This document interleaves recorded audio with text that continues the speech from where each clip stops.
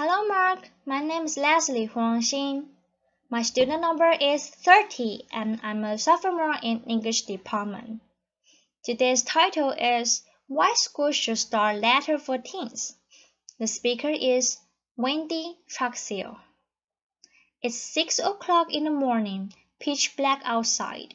My 14-year-old son is fast asleep in his bed, sleeping the reckless, deep sleep of a teenager.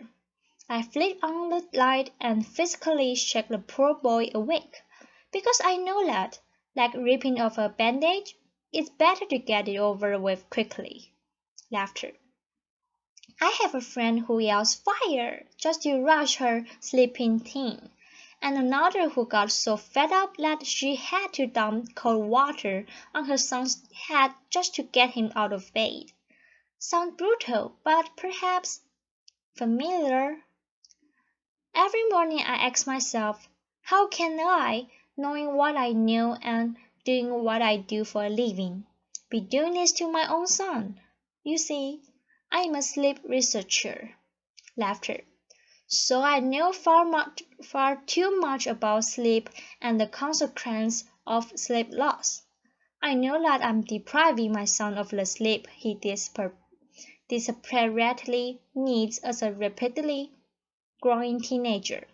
I also know that by waking him up hours before his naturally biological clock tells him he's ready, I'm literally robbing him of his dreams, the type of sleep most associated with learning, memory, consolidation, and emotional processing. But it's not just my kids that being deprived of sleep. Sleep deprivation among American teenagers is an epidemic.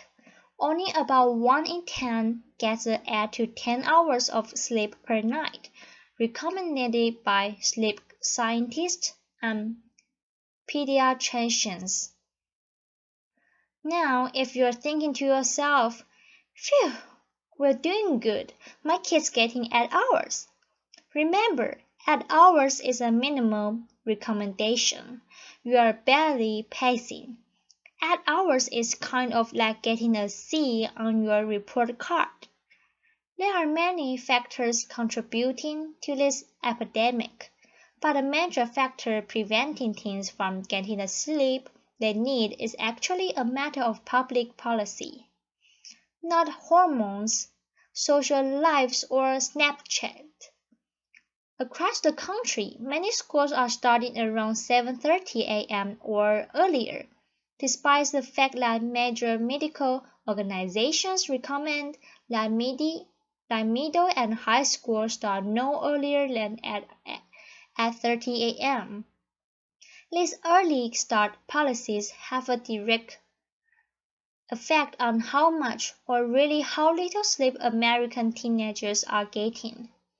They are also pitting teenagers and their parents in a fundamentally unwinnable fight against their own bodies. Around the time of puberty, teenagers experience a delay in their biological clock, which determines when we feel most awake and when we feel most sleepy. This is driven in part by the shift in the release of the hormone melatonin. Teenagers' bodies wait to start releasing melatonin until around 11 p.m., which is 2 hours later than what we see in adults or younger children. This means that waking a teenager up at 6 a.m. is the biological equivalent of waking an adult up at 4 a.m. On unfortunately days when I have to wake up at 4 a.m., I'm a zombie, functionally useless.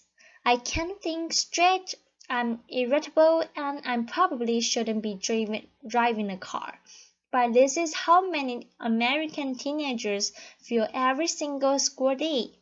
In fact, many of the, shall we say, unpleasant characteristics that we chalk up to being a teenager: moodiness, irritability, laziness, depression could be a product of chronic sleep deprivation.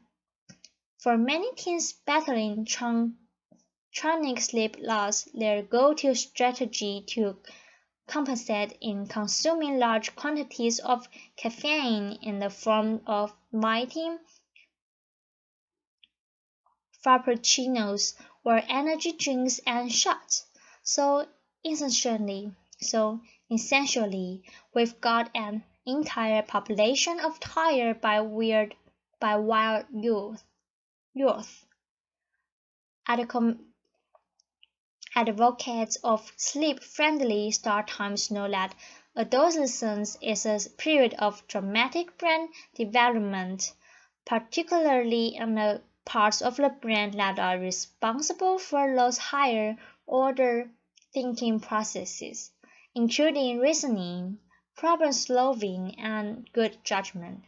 In other words, the very type of brain activity that's responsible for bringing in those impulsive and most risky behaviors that are so characteristic of adolescents that are so terrifying to us parents or teenagers. They know that, like the rest of us, when teenagers don't get the sleep they need, their brains, their bodies, and behaviors suffer with both immediate and lasting effects. They can't concentrate their attention plummets, and many will even show behavioral signs that mimic ADHD.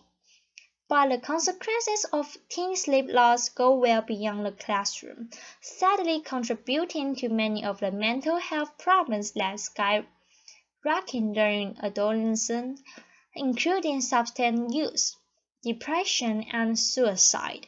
In our work with teens from LA Unified School District, we find that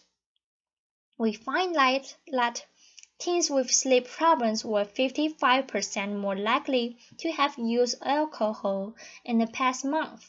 In another study with over 30,000 high school students, they found that for each hour of lost sleep, there was a 38% increase in feeling sad and hopeless, and a 58% increase in teen suicide attempts. And if that's not enough, teens who skip out on sleep are at increased risk for a host of physical health problems that plague our country, including obesity, heart disease, and diabetes. Then there's the risk of putting a sleep-deprived teen with a newly mint driver's license behind the wheel. Studies have shown that getting 5 hours or less of sleep per night is the equivalent of driving with a blood alcohol content above the legal limit. Advocates of sleep-friendly start times and researchers in this area have produced tremendous science showing the tremendous benefits of later start times. The findings are unequivocal, and as a sleep scientist, I rarely get to speak with that kind of certainty. Teens from districts with later start times get more sleep. To the naysayers, they may think that if school start later, teens will just stay up later. The truth is, their bedtimes stay the same, but their wake-up times get extended, resulting in more sleep. They're more likely to show up for school. School absence dropped by 25% in one district, and they're less likely to drop out. Not surprisingly, they do better academically. So this has real implications for reducing the achievement gap. Standardized test scores in math and reading go up by 2 to 3 percentage points. That is powerful as reducing class size by 1/3 fewer students or replacing a social teacher in the classroom with a truly outstanding one. Their mental and physical health improves, and even their families are happier. I mean, who want to enjoy a little more pleasantness from our teens and a little less crankiness. Even their communities are safer because car crash rates go up, a 70% reduction in one district. Give this tremendous benefits, you might think, well, this is a no-brainer, right? So why have we as a society failed to heed this call? Often the argument against later start times goes something like this. Why should we delay start times for teenagers? We need to turn them up so they are ready for the real world.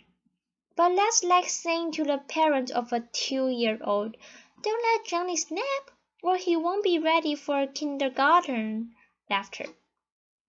Delay in start times also presents many logistical challenges, not just for students and their families, but for communities as a whole. Updating bus routes, increased transportation costs, impact on sports, care before or after school. These are the same concerns that come up in district after district, time and again around the country as school start times are debated. And they're legitimate concerns, but these are problems we have to work through.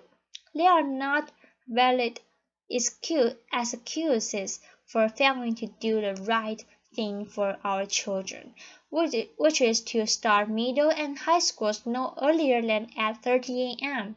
And in districts around the country, big and small, who have made this change, they found that these fears are often unfounded and far outweighed by the tremendous benefits for student health and performance and our collective public safety.